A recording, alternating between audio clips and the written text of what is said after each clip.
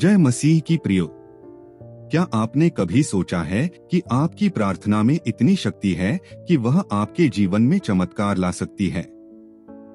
Bible हमें यह सिखाती है कि विश्वास और प्रार्थना के द्वारा हम वह सब कुछ पा सकते हैं जो परमेश्वर ने हमारे लिए तैयार किया है। आज के इस वीडियो में हम आपको 5 शक्तिशाली बाइबल वचन और एक अद्भुत प्रार्थना सिखाने वाले हैं जो आपके जीवन की हर बाधा को दूर कर सकती है और आपके रुके हुए कार्यों को सफल बना सकती है। यह प्रार्थना आपके लिए एक नई शुरुआत का द्वार खोलेगी। अगर आप भी चाहते हैं कि परमेश्वर का आशीर्वाद आपके जीवन में बरसे, तो इस वीडियो को अंत तक जरूर देखें। और हाँ, वीडियो को लाइक करना, हमारे चैनल डिवाइन वर्स इन हिंदी को सब्सक्राइब करना और कमेंट में आमीन लिखना न भूलें। यह न केवल आपको प्रेरित करेगा बल्कि दूसरों को भी प्रोत्साहन देगा। तो चलिए शुरू करते हैं और जानते हैं कि बाइबल में ऐसा क्या खास है जो आपके जीवन को बदल सकता है। प्रभु के अद्भुत वचनों की शक्ति को जानने के लिए हमारे साथ अंत तक बने रहें। हमारा पहला वचन है नीति वचन 16:3 जो कहता है, सब काम प्रभु के हाथ में सौंप दे और वह तेरे विचारों को सफल बनाएगा। यह वचन हमें यह सिखाता है कि जब हम अपने कार्यों को परमेश्वर के हाथों में सौंप देते हैं तो वह न केवल हमारे विचारों को स्पष्ट करता है बल्कि हमें सफलता की ओर भी ले जाता है। इसका अर्थ यह है कि हमें अपनी योजनाओं, सपनों और कठिनाइयों को स्वयं संभालने की बजाय उन्हें परमेश्वर के मार्गदर्शन में छोड़ देना चाहिए। जब हम ऐसा करते हैं तो हमारे जीवन में एक दिव्य शांति और मार्गदर्शन प्रकट होता है। बाइबल में राजा सुलेमान का जीवन इस वचन का सबसे सुंदर उदाहरण है। सुलेमान, जो कि सबसे बुद्धिमान राजा के रूप में जाने जाते हैं, ने अपने साम्राज्य और ज्ञान को पूरी तरह से परमेश्वर के हाथों में सौंप दिया। उन्होंने अपने जीवन में कभी भी अपनी बुद्धि और शक्ति पर भरोसा नहीं किया, बल्कि हर निर्णय और हर योजना को परमेश्वर के प्रति समर्पित कर दिया। जब उन्होंने यह किया तो उन्हें ऐसी महान बुद्धि और सफलता मिली जो आज भी विश्व भर में प्रशंसा का कारण है। कल्पना कीजिए, यदि सुलेमान जैसे महान राजा ने यह महसूस किया कि सब कुछ प्रभु के हाथों में सौंपना कितना महत्वपूर्ण है, तो यह हमारे लिए कितना आवश्यक हो सकता है। आज जब हम अपनी व्यक्तिगत और पेशेवर जीवन में कई प्रकार की समस्याओं का सामना करते हैं, हमें इस बात को याद रखना चाहिए कि हमारे पास सीमित शक्ति और ज्ञान है। परंतु जब हम अपने कार्यों को परमेश्वर के हाथों में छोड़ते हैं तो वह उन कार्यों को न केवल दिशा देता है बल्कि उन्हें सफल भी बनाता है। क्या आपने कभी महसूस किया है कि जब आप किसी समस्या को सुलझाने की कोशिश करते हैं तो वह और जटिल हो जाती है, लेकिन जब आप उसे प्रार्थना में परमेश्वर को सौंप देते हैं तो अचानक समाधान दिखने लगता है। यह वचन इसी शक्ति की ओर संकेत करता है। जब आप अपने जीवन की योजनाओं को प्रभु के हाथों में सौंपते हैं तो यह केवल एक आध्यात्मिक प्रक्रिया नहीं है, बल्कि यह एक मानसिक और भावनात्मक शांति का भी स्रोत है। यह आपको उस तनाव और चिंता से मुक्त करता है जो अक्सर हमारे जीवन के महत्वपूर्ण निर्णयों के साथ आती है। परमेश्वर में विश्वास रखने का अर्थ है कि हम उस पर पूरी तरह निर्भर हो सकते हैं, क्योंकि वह हमें कभी असफल नहीं होने देगा। इसके साथ ही यह वचन हमें यह भी सिखाता है कि सफलता केवल हमारे प्रयासों का परिणाम नहीं है, बल्कि यह परमेश्वर की कृपा का फल है। जब हम उसे अपनी योजनाओं में शामिल करते हैं तो वह हमें न केवल सही दिशा दिखाता है बल्कि हमें वह सामर्थ्य भी प्रदान करता है जिसकी हमें आवश्यकता होती है। आप इस वचन को अपने जीवन में कैसे लागू कर सकते हैं? सबसे पहले यह समझें कि आपका हर कार्य, चाहे वह कितना ही छोटा क्यों न हो, परमेश्वर के लिए महत्वपूर्ण है। हर सुबह अपने दिन की शुरुआत प्रार्थना से करें और अपनी सभी योजनाओं को परमेश्वर के हाथों में सौंप दें। कहें, प्रभु, मैं यह काम आपके हाथों में सौंपता हूँ। मुझे मार्गदर्शन दें और इसे सफल बनाएं। जब आप यह करेंगे तो आप देखेंगे कि कैसे परमेश्वर आपके जीवन में अद्भुत चमत्कार करता है। राजा सुलेमान की तरह आप भी परमेश्वर के मार्गदर्शन को अपनाकर अपने जीवन में महानता प्राप्त कर सकते हैं। यह वचन हमें सिखाता है कि हमारी सफलता हमारे स्वयं के प्रयासों से नहीं, बल्कि परमेश्वर की कृपा और मार्गदर्शन से संभव है। जब आप अपनी योजनाओं को परमेश्वर को सौंपते हैं, तो आप न केवल आत्मिक रूप से सशक्त होते हैं, बल्कि आपको वह दिशा भी मिलती है जो आपकी सफलता के लिए आवश्यक है। तो आज ही इस वचन को अपने जीवन का हिस्सा बनाएं। जो भी काम आप शुरू करें, उसे प्रभु के हाथों में सौंप दें। यह विश्वास रखें कि वह आपके विचारों को स्पष्ट करेगा और आपके हर कार्य को सफल बनाएगा। हमारा दूसरा वचन है भजन संहिता 27:4, जो कहता है, प्रभु में आनंद मना और वह तेरे मन की इच्छाओं को पूरा करेगा। यह वचन हमें यह सिखाता है कि जब हम अपने जीवन में परमेश्वर में आनंद पाते हैं और उसके साथ अपने संबंध को प्राथमिकता देते हैं, तो वह हमारी सबसे गहरी इच्छाओं को पूरा करता है। यह केवल भौतिक इच्छाओं की पूर्ति की बात नहीं है, बल्कि आत्मा के उस आनंद और संतुष्टि की बात है जो केवल प्रभु से मिल सकती है। इस वचन का सबसे सुंदर उदाहरण हमें हन्ना की कहानी में मिलता है। हन्ना, जो कि शमूएल की मां थीं, अपने जीवन में एक बच्चे के लिए प्रार्थना कर रही थीं। वह इस समस्या से अत्यंत दुखी थीं और उन्होंने अपने सारे दर्द और इच्छाओं को परमेश्वर के चरणों में रखा। 1 शमूएल 1:10-11 में लिखा है कि हन्ना ने परमेश्वर के प्रति अपनी गहरी प्रार्थना और प्रतिबद्धता व्यक्त की। उन्होंने कहा, हे सेनाओं के यहोवा, यदि तू अपनी दासी के दुख पर ध्यान देगा और मुझे एक पुत्र देगा, तो मैं उसे जीवन भर के लिए तेरे समर्पित कर दूंगी। हन्ना ने प्रभु में आनंद मनाने का निर्णय लिया, चाहे उनकी परिस्थिति कितनी भी कठिन क्यों न हो। उन्होंने अपने दुखों को परमेश्वर के हाथों में सौंप दिया और अपने विश्वास को बनाए रखा। परिणाम स्वरूप परमेश्वर ने उनकी प्रार्थना सुनी और उन्हें शमूएल नामक पुत्र का वरदान दिया, जो आगे चलकर एक महान नबी बना। यह कहानी हमें सिखाती है कि जब हम परमेश्वर पर पूरी तरह से विश्वास करते हैं और उसमें आनंद पाते हैं, तो वह हमारी इच्छाओं को उस तरीके से पूरा करता है जो हमारे लिए सबसे अच्छा है। हमारे आधुनिक जीवन में यह वचन हमें यह याद दिलाता है कि सच्चा आनंद और संतोष केवल परमेश्वर में ही पाया जा सकता है। हम अक्सर अपनी इच्छाओं और सपनों के पीछे भागते हैं, लेकिन जब हम उन्हें प्रभु के चरणों में रखते हैं और उसमें अपना आनंद पाते हैं, तो वह हमारी जरूरतों को अपने समय और तरीके से पूरा करता है। क्या आपने कभी ऐसा अनुभव किया है जब आपने अपनी समस्याओं और इच्छाओं को प्रभु को सौंप दिया और आपको अप्रत्याशित रूप से समाधान मिला? यह वचन इसी शक्ति की ओर इशारा करता है। जब हम प्रभु में आनंद मनाते हैं, तो यह केवल एक आध्यात्मिक अभ्यास नहीं है, बल्कि यह हमारी मानसिक और भावनात्मक शांति का भी स्रोत है। यह हमें अपने संघर्षों के बीच स्थिरता और विश्वास प्रदान करता है।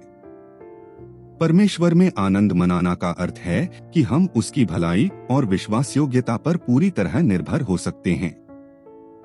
भजन संहिता 27:4 हमें यह सिखाता है कि प्रभु में आनंद मनाने का अर्थ यह नहीं है कि हमारी सभी समस्याएं तुरंत दूर हो जाएंगी, बल्कि यह कि हम अपने जीवन में उसकी उपस्थिति के लिए आभारी हो सकते हैं। यह वचन हमें अपने ध्यान को अपनी इच्छाओं से हटाकर परमेश्वर की महिमा और उसके प्रेम पर केंद्रित करने के लिए प्रेरित करता है। तो आप इस वचन को अपने जीवन में कैसे लागू कर सकते हैं? सबसे पहले अपने दिन की शुरुआत प्रार्थना और आराधना से करें। अपने हर आनंद और संघर्ष को परमेश्वर के साथ साझा करें। जब आप प्रार्थना करते हैं, तो अपने दिल को खुला रखें और उसकी उपस्थिति को अनुभव करें। कहें, हे प्रभु, मैं आपके प्रेम में आनंद मनाता हूँ और आपकी योजना पर विश्वास करता हूँ। हन्ना की तरह आप भी अपने जीवन की हर स्थिति में प्रभु पर भरोसा कर सकते हैं। जब आप उसमें आनंद पाएंगे, तो वह आपकी इच्छाओं को अपने तरीके और समय पर पूरा करेगा। यह वचन हमें यह भी सिखाता है कि हमारा सच्चा आनंद परमेश्वर की उपस्थिति में है, न कि उन चीजों में जो हम पाने की कोशिश कर रहे हैं। आज ही इस वचन को अपने जीवन का हिस्सा बनाएं। जो भी आपकी इच्छाएं हैं, उन्हें प्रभु को सौंप दें और उसमें आनंद मनाएं। विश्वास रखें कि वह आपके जीवन को आशीर्वादों और चमत्कारों से भर देगा। हमारा तीसरा वचन है याकूब 1:5, जो कहता है, यदि तुम में से किसी को ज्ञान की कमी हो तो वह परमेश्वर से मांगे, जो उदारता से देता है। यह वचन हमें यह सिखाता है कि जीवन के किसी भी क्षेत्र में जब हमें ज्ञान या मार्गदर्शन की आवश्यकता होती है तो हमें सीधे परमेश्वर के पास जाना चाहिए। परमेश्वर न केवल हमारी प्रार्थना सुनता है, बल्कि वह उदारता से हमें वह ज्ञान प्रदान करता है जिसकी हमें आवश्यकता होती है। यह वचन हमें आत्मनिर्भरता से हटकर परमेश्वर पर पूरी तरह निर्भर रहने के लिए प्रेरित करता है। इस वचन का सबसे सुंदर उदाहरण दानिएल की कहानी में मिलता है। दानिएल, जो बाबुल में निर्वासन में थे, ने परमेश्वर से ज्ञान और समझ के लिए प्रार्थना की। उनकी प्रार्थना इतनी शक्तिशाली थी कि परमेश्वर ने उन्हें न केवल सपनों को समझने की क्षमता दी, बल्कि उन्हें बाबुल के सबसे बुद्धिमान और प्रतिष्ठित लोगों में से एक बना दिया। दानिएल 2:20-21 में लिखा है, दानिएल ने कहा, धन्यवाद और स्तुति हो परमेश्वर के नाम की, जो युगों युगों तक है, क्योंकि ज्ञान और शक्ति उसी के हैं। जब राजा ने दानिएल से अपने सपने का अर्थ समझाने को कहा, तो दानिएल ने अपने ज्ञान पर भरोसा करने के बजाय परमेश्वर से मार्गदर्शन मांगा। उन्होंने राजा को बताया कि यह ज्ञान उनके अपने प्रयासों का परिणाम नहीं है, बल्कि परमेश्वर की कृपा है। यह कहानी हमें यह सिखाती है कि जब हम परमेश्वर से ज्ञान मांगते हैं तो वह न केवल हमारी प्रार्थना सुनता है, बल्कि हमें वह क्षमता भी देता है जो हमें असंभव को संभव बनाने में मदद करती है। हमारे आधुनिक जीवन में हम सभी को समय समय पर ज्ञान की आवश्यकता होती है, चाहे वह हमारे व्यक्तिगत जीवन में हो, हमारे करियर में या हमारे आध्यात्मिक मार्ग पर। यह वचन हमें यह याद दिलाता है कि परमेश्वर वह स्रोत है जहां से हमें सच्चा ज्ञान मिलता है। क्या आपने कभी ऐसा अनुभव किया है कि जब आप किसी कठिन निर्णय के लिए संघर्ष कर रहे थे और आपने प्रार्थना की तो अचानक आपको एक स्पष्ट दिशा मिली? यह उसी वचन की शक्ति है। जब हम अपने संदेहों और चिंताओं को परमेश्वर के पास ले जाते हैं तो वह हमें न केवल उत्तर देता है, बल्कि हमें वह आत्मविश्वास और शांति भी प्रदान करता है जिसकी हमें आवश्यकता होती है। परमेश्वर से ज्ञान मांगने का अर्थ यह नहीं है कि हमें अपने प्रयासों को रोक देना चाहिए। इसके बजाय यह हमें यह सिखाता है कि हमें अपनी क्षमताओं को परमेश्वर की कृपा के साथ जोड़ना चाहिए। जब हम अपनी समस्याओं को उसके सामने रखते हैं और समाधान के लिए उस पर भरोसा करते हैं, तो वह हमें वह दृष्टिकोण देता है जो हमें सफलता की ओर ले जाता है। आप इस वचन को अपने जीवन में कैसे लागू कर सकते हैं? सबसे पहले यह समझें कि ज्ञान के लिए प्रार्थना करना कोई कमजोरी नहीं है, बल्कि यह आपकी आत्मा की ताकत का प्रतीक है। हर सुबह परमेश्वर से यह प्रार्थना करें कि परमेश्वर, मुझे वह ज्ञान दे जिसकी मुझे आज आवश्यकता है। मुझे आपके मार्गदर्शन की आवश्यकता है ताकि मैं सही निर्णय ले सकूं। दानिएल की तरह जब आप भी अपनी चुनौतियों को परमेश्वर के पास ले जाएंगे और उससे ज्ञान मांगेंगे, तो वह आपको अपने समय और तरीके से उत्तर देगा। यह वचन हमें यह सिखाता है कि ज्ञान केवल बौद्धिक क्षमता नहीं है, बल्कि यह परमेश्वर का दिया हुआ वरदान है जो हमारे जीवन को बदल सकता है। हमारा चौथा वचन है भजन संहिता 25:4-5, जो कहता है, हे यहोवा, अपने मार्ग मुझे दिखा, अपने पथ सिखा। यह वचन हमें यह सिखाता है कि जीवन के हर मोड़ पर जब हमें सही दिशा की आवश्यकता होती है तो हमें परमेश्वर से मार्गदर्शन मांगना चाहिए। यह केवल एक अनुरोध नहीं है, बल्कि यह हमारे प्रभु के प्रति पूर्ण विश्वास और समर्पण का प्रतीक है। जब हम अपने रास्ते के लिए परमेश्वर का मार्गदर्शन मांगते हैं तो वह न केवल हमें सही दिशा दिखाता है, बल्कि हमें उस पर चलने की शक्ति भी देता है। इस वचन का सबसे सशक्त उदाहरण मूसा की कहानी में मिलता है। जब इस्राएली लोग मिस्र की दास्ता से छुटकारा पाने के बाद लाल समुद्र के किनारे पर खड़े थे, तो उनके पास आगे बढ़ने का कोई रास्ता नहीं था। पीछे मिस्र की सेना थी और आगे समुद्र का अथाह पानी। उस समय मूसा ने परमेश्वर का मार्गदर्शन मांगा। परमेश्वर ने उन्हें निर्देश दिया और अद्भुत चमत्कार किया। समुद्र 2 हिस्सों में बंट गया और इस्राएली लोग सूखी जमीन पर चलते हुए दूसरी ओर पहुंच गए। यह घटना हमें सिखाती है कि जब हमें रास्ता नहीं दिखता तो परमेश्वर का मार्गदर्शन हमारे लिए रास्ता बना सकता है। हमारे जीवन में भी हम अक्सर ऐसे क्षणों का सामना करते हैं जब हमें नहीं पता होता कि हमें किस दिशा में जाना है। यह वचन हमें याद दिलाता है कि हमें अपने संदेह और चिंताओं को परमेश्वर के पास ले जाना चाहिए। जब हम प्रार्थना में उससे मार्गदर्शन मांगते हैं तो वह न केवल हमें सही दिशा दिखाता है बल्कि हमें उस पर चलने का साहस और आत्मविश्वास भी प्रदान करता है। क्या आपने कभी ऐसा अनुभव किया है कि जब आप किसी महत्वपूर्ण निर्णय को लेकर असमंजस में थे और आपने प्रार्थना की तो अचानक एक स्पष्टता और शांति महसूस हुई? यह उसी वचन की शक्ति है।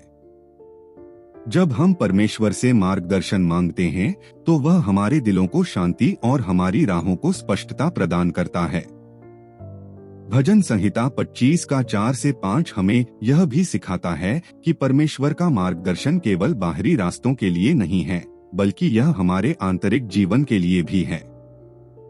वह हमें सही निर्णय लेने, अच्छे कार्य करने और उसके प्रति विश्वासयोग्य रहने में सहायता करता है।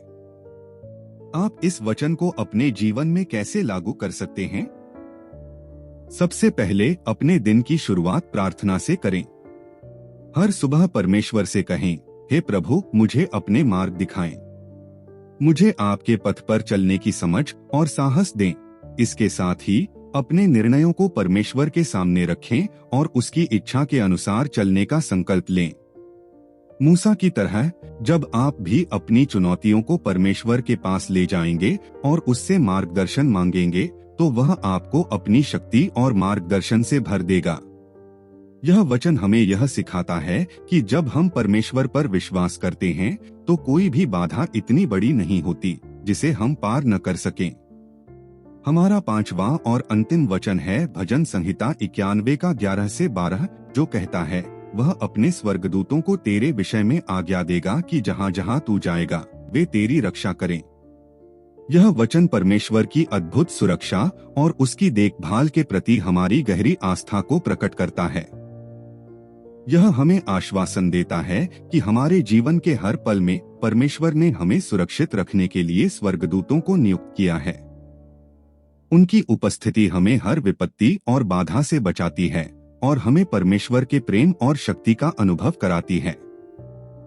इस वचन का सबसे प्रेरक उदाहरण दानियेल की कहानी में मिलता है। जब दानियेल को शेरों की गुफा में डाला गया तो उनकी स्थिति न केवल भयानक थी बल्कि उनका जीवन खतरे में था। लेकिन दानियेल ने परमेश्वर पर विश्वास रखा और अपनी प्रार्थना जारी रखी। परिणाम स्वरूप परमेश्वर ने स्वर्गदूतों को भेजा जिन्होंने शेरों के मुंह बंद कर दिए। दानियेल 6 का 22 में दानियेल कहता है, मेरा परमेश्वर ने अपना स्वर्गदूत भेजा और शेरों के मुंह बंद कर दिए। यह कहानी हमें यह सिखाती है कि जब हम परमेश्वर पर भरोसा करते हैं तो वह हमें ऐसी परिस्थितियों में भी सुरक्षित रखता है जहां मानव दृष्टि से कोई आशा नहीं होती। हमारे जीवन में भी कई बार ऐसा होता है जब हमें लगता है कि हम खतरों और चुनौतियों से घिरे हुए हैं। यह वचन हमें यह याद दिलाता है कि हम अकेले नहीं हैं। परमेश्वर ने हमारे लिए स्वर्गदूतों की व्यवस्था की है जो हर स्थिति में हमारी रक्षा करते हैं। क्या आपने कभी ऐसा अनुभव किया है कि जब आप किसी संकट में थे तो आपको ऐसा महसूस हुआ कि कोई अदृश्य शक्ति आपकी रक्षा कर रही है? यह उसी वचन की शक्ति है। जब हम परमेश्वर पर विश्वास करते हैं और उसकी सुरक्षा पर निर्भर रहते हैं तो वह हमारे लिए अद्भुत चमत्कार करता है। भजन संहिता 91 का 11 से 12 हमें यह भी सिखाता है कि परमेश्वर की सुरक्षा न केवल शारीरिक है बल्कि यह हमारी आत्मा और मन की शांति के लिए भी है। यह वचन हमें याद दिलाता है कि जब हम उसके वचन पर चलते हैं तो वह हमें हर तरह की बुराई से बचाने के लिए अपने स्वर्गदूतों को नियुक्त करता है। आप इस वचन को अपने जीवन में कैसे लागू कर सकते हैं? सबसे पहले अपने दिन की शुरुआत परमेश्वर की सुरक्षा के लिए प्रार्थना से करें। हर सुबह उससे कहें, हे प्रभु, मुझे और मेरे परिवार को अपने स्वर्गदूतों के माध्यम से सुरक्षित रखें। मुझे हर बुराई और विपत्ति से बचाएं। इसके साथ ही इस विश्वास को बनाए रखें कि उसकी सुरक्षा हमेशा आपके साथ है। दानिएल की तरह जब आप भी अपनी परिस्थितियों को परमेश्वर के हाथों में सौंप देंगे और उसकी सुरक्षा पर भरोसा करेंगे तो वह आपको हर बाधा से बचाएगा। यह वचन हमें यह सिखाता है कि परमेश्वर का प्रेम और सुरक्षा हमारे जीवन का सबसे बड़ा उपहार है।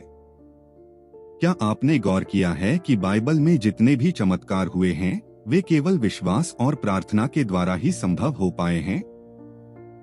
जब हम प्रार्थना करते हैं तो यह केवल शब्दों का समूह नहीं होता, बल्कि यह हमारे और परमेश्वर के बीच का वह संवाद होता है जो आत्मा के स्तर पर जुड़ता है। यह हमें शक्ति देता है, हमारी आत्मा को शांति प्रदान करता है और हमारे जीवन की हर बाधा को दूर करने में मदद करता है। बाइबल हमें सिखाती है कि प्रार्थना केवल एक धार्मिक क्रिया नहीं है, बल्कि यह परमेश्वर के साथ गहराई से जुड़ने का माध्यम है। जब आप बाइबल के इन शक्तिशाली वचनों को अपनी प्रार्थना में शामिल करते हैं तो यह आपकी प्रार्थना को और अधिक प्रभावी बना देता है। ये वचन न केवल आपकी प्रार्थना को शक्ति प्रदान करते हैं, बल्कि वे आपके विश्वास को भी बढ़ाते हैं। क्या आप जानते हैं कि बाइबल में कितनी ही कहानियां इस बात का प्रमाण देती हैं कि प्रार्थना में कितनी शक्ति है? उदाहरण के लिए, जब हन्ना ने बच्चे के लिए प्रार्थना की तो उसकी आंसुओं से भरी प्रार्थना ने परमेश्वर के दिल को छू लिया। उसने न केवल अपनी इच्छाओं को परमेश्वर के सामने रखा, बल्कि उसे पूरी तरह से उसके हाथों में सौंप दिया। परिणामस्वरूप उसे शमूएल जैसे पुत्र का वरदान मिला। इसी प्रकार जब मूसा ने इस्राएलियों को मिस्र से निकालने के लिए परमेश्वर से मार्गदर्शन मांगा तो समुद्र दो हिस्सों में बंट गया। यह कोई साधारण घटना नहीं थी, यह परमेश्वर की शक्ति का प्रमाण था। मूसा की प्रार्थना और विश्वास ने इस्राएलियों को एक नई शुरुआत दी। प्रार्थना का महत्व केवल बाइबल की कहानियों तक ही सीमित नहीं है, यह हमारे जीवन में भी उतना ही प्रासंगिक है। जब आप अपने जीवन की कठिनाइयों को परमेश्वर के पास ले जाते हैं और उससे मार्गदर्शन और सहायता मांगते हैं तो वह आपकी प्रार्थनाओं का उत्तर देता है। यह उत्तर हमेशा आपके समय पर नहीं, बल्कि उसके दिव्य समय पर आता है और यह हमेशा आपके लिए सबसे अच्छा होता है। तो अब सवाल यह है कि क्या आप तैयार हैं इस प्रार्थना को अपने जीवन में शामिल करने के लिए? क्या आप तैयार हैं अपने विश्वास को और मजबूत करने के लिए? जब आप प्रार्थना करते हैं तो इसे केवल एक औपचारिकता न समझें, इसे एक गहरे संवाद की तरह लें। अपनी प्रार्थना को दिल से करें और विश्वास रखें कि परमेश्वर आपको सुन रहा है। बाइबल कहती है, मांगो तो तुम्हें दिया जाएगा, खोजो तो तुम पाओगे, खटखटाओ तो तुम्हारे लिए खोला जाएगा। मत्ती 7:7। अब मैं आपको एक शक्तिशाली प्रार्थना सिखाने जा रहा हूँ। यह प्रार्थना आपकी हर बाधा को दूर करेगी, आपके रुके हुए कामों को सफल बनाएगी और आपके जीवन में चमत्कार लाएगी। इसे ध्यान से सुनें और मेरे साथ दोहराएं। यह प्रार्थना न केवल आपके जीवन को बदल देगी, बल्कि यह आपके विश्वास को भी नई ऊंचाइयों तक ले जाएगी। आइए अपने दिलों को खोलें और परमेश्वर के साथ गहराई से जुड़े। शक्तिशाली प्रार्थना का महत्व हमारे जीवन में और भी स्पष्ट हो जाता है जब हम इसे अपने दैनिक जीवन का अभिन्न हिस्सा बना लेते हैं। बाइबल में हर वचन हमें यह प्रेरणा देता है कि जब हम पूरी श्रद्धा और विश्वास के साथ परमेश्वर के सामने झुकते हैं तो वह हमारी हर समस्या का समाधान देता है। एक प्रसिद्ध कहानी हमें दानिएल की प्रार्थना की शक्ति के बारे में याद दिलाती है। जब दानिएल को शेरों की गुफा में फेंक दिया गया तो यह एक ऐसा समय था जब डर और निराशा का कोई अंत नहीं था। लेकिन दानिएल ने हार नहीं मानी। उसने प्रार्थना की और उसकी प्रार्थना ने वह चमत्कार किया जिसकी किसी ने कल्पना नहीं की थी। परमेश्वर ने स्वर्गदूतों को भेजा जिन्होंने शेरों के मुंह बंद कर दिए। यह घटना हमें सिखाती है कि जब हम परमेश्वर पर निर्भर रहते हैं तो कोई भी परिस्थिति इतनी कठिन नहीं होती कि उसका समाधान न मिले। क्या आप अपने जीवन में किसी कठिनाई से जूझ रहे हैं? क्या आपको लगता है कि आप अकेले हैं? यह याद रखें कि परमेश्वर आपके साथ हैं। बाइबल हमें यह सिखाती है कि जब हम उसे पुकारते हैं तो वह हमारी पुकार सुनता है। जैसे यिर्मयाह 33:3 में लिखा है, मुझे पुकार और मैं तुझे उत्तर दूंगा और तुझे बड़ी और कठिन बातें बताऊंगा जिन्हें तू नहीं जानता। जब आप प्रार्थना करते हैं तो यह न केवल आपके और परमेश्वर के बीच का एक संवाद है, बल्कि यह आपके विश्वास की गहराई को दर्शाता है। यह विश्वास का वह पुल है जो आपको आपकी समस्याओं से समाधान तक ले जाता है।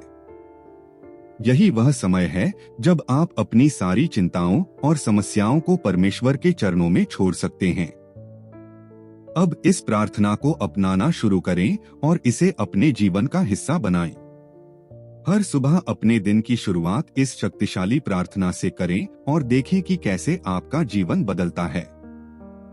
याद रखें, परमेश्वर, यह प्रार्थना है कि मेरे स्वर्गीय पिता, मैं यीशु के नाम से आपके चरणों में आता हूँ।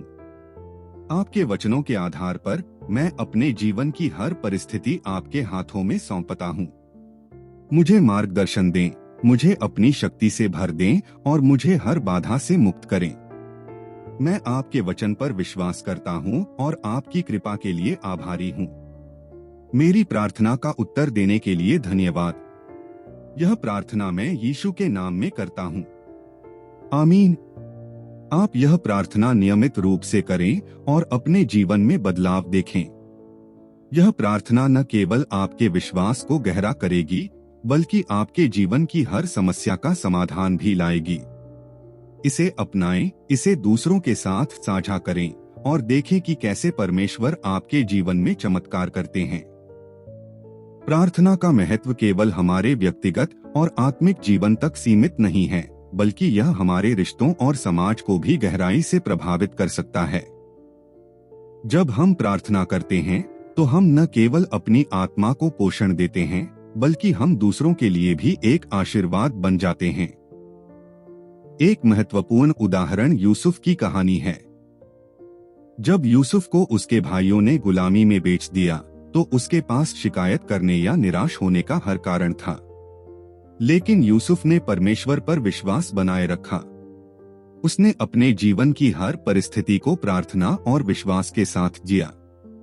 यूसुफ की यह आस्था और प्रार्थना ही थी जिसने उसे मिस्र का प्रधानमंत्री बनाया और उसे अपने परिवार को माफ करने और उन्हें आशीर्वाद देने की शक्ति दी। यह कहानी हमें सिखाती है कि जब हम प्रार्थना के माध्यम से परमेश्वर के साथ जुड़े रहते हैं तो वह हमें न केवल हमारी कठिनाइयों से उबरने की शक्ति देता है, बल्कि हमें दूसरों के लिए एक प्रेरणा और आशीर्वाद भी बनाता है। क्या आप जानते हैं कि प्रार्थना हमारे मानसिक और भावनात्मक स्वास्थ्य के लिए भी कितनी महत्वपूर्ण है? जब हम अपनी चिंताओं और डर को परमेश्वर के सामने रखते हैं तो यह हमारे मन और दिल को शांति प्रदान करता है। बाइबल में लिखा है, तुम्हारी चिंता को उसी पर डाल दो क्योंकि वह तुम्हारा ध्यान रखता है। 1 पतरस 5:7 यह वचन हमें याद दिलाता है कि प्रार्थना के माध्यम से हम अपने बोझ को हल्का कर सकते हैं और शांति पा सकते हैं। प्रार्थना की शक्ति को और भी गहराई से समझने के लिए हमें सामूहिक प्रार्थना के महत्व को भी समझना चाहिए। बाइबल में लिखा है, जहाँ 2 या 3 लोग मेरे नाम से इकट्ठे होते हैं, मैं उनके बीच में होता हूँ।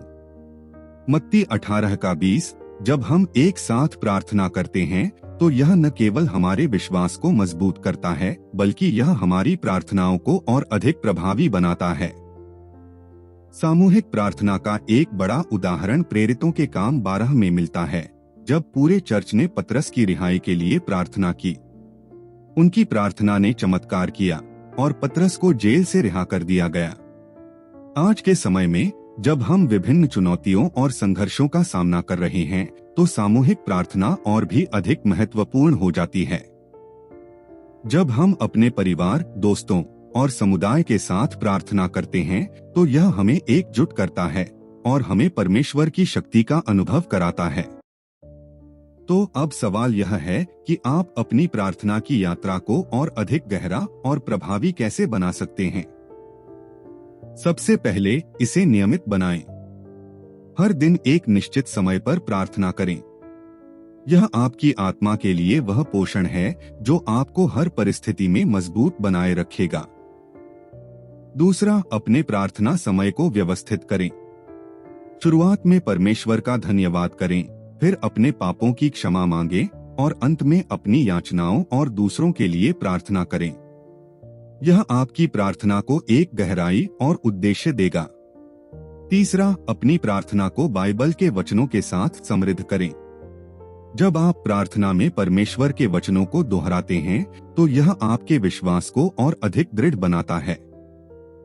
अंत में याद रखें कि प्रार्थना केवल मांगने का माध्यम नहीं है, यह परमेश्वर के साथ संवाद करने का एक तरीका है। इसे एक वार्तालाप की तरह बनाएं, जिसमें आप अपनी चिंताओं, आशाओं और सपनों को उसके साथ साझा करें। और जब आप ऐसा करेंगे, तो आप देखेंगे कि आपकी प्रार्थना कैसे आपके जीवन को बदल रही है। यदि यह संदेश आपके लिए प्रेरणादायक रहा हो, तो इसे दूसरों के साथ साझा करें। हमारे चैनल डिवाइन वर्स इन हिंदी को सब्सक्राइब करें और कमेंट में आमीन लिखें। आपकी प्रार्थना की यात्रा में परमेश्वर की कृपा आपके साथ बनी रहे। आमीन।